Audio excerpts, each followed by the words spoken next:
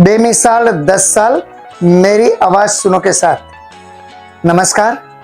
संस्कारी नगरी वडोदराની અંદર છેલ્લા 9 વર્ષથી સતત દિવ્યાંગ બાળકો માટે જે એક ચેરિટી શો હું આયોજન કરવામાં આવે છે, આ ચેરિટી શો 10મા વર્ષની અંદર દાખલ થઈ રહ્યું છે। એવા સમયની અંદર જે દિવ્યાંગ બાળકો માટેનું જે એક પ્લેટફોર્મ છે, આ મ્યુઝિકલ જે કોન્સર્ટ છે એ ખરેખર અદ્ભુત છે। બીનાબેન અને આરીફભાઈ આ બંનેના સહયોગથી જે એક સુંદર સામાજિક કામ થઈ રહ્યું છે, આ સામાજિક કામની અંદર જે લોકો બધા સંકળાયેલા છે એ દરેકે દરેકને હું અભિનંદન આપું છું।